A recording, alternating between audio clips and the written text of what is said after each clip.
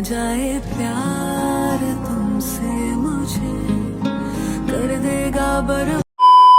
Hi everyone, তো আজকে আমার দিনটা শুরু হয়েছিল পোস্ট অফিসের কিছু কাজ নিয়ে, কিন্তু কিছু কারণের জন্য সেই কাজগুলো হয়নি। তাই একটা প্ল্যান বানালাম যে চলো ঘুরে আসা যাক, আর সেভাবেই আমি চলে আসলাম আমাদের সৃজনী শিল্পগ্রামে। গেটে ঢুকেই দুটো টিকিট নিয়ে নিলাম, মাত্র 30 টাকা করে। ভেতরে ঢুকতেই চোখে পড়লো সুন্দর একটা বুদ্ধ মূর্তি। আরো একটা মূর্তি দেখলাম, যেটা কি দিয়ে তৈরি সেটা বুঝতে পারিনি। তোমরা যদি জানো অবশ্যই কমেন্টে লিখে দেবে। তারপর কিছুক্ষণ বসে সাঁওতালি নাচ আর বাউল গানও শুনলাম।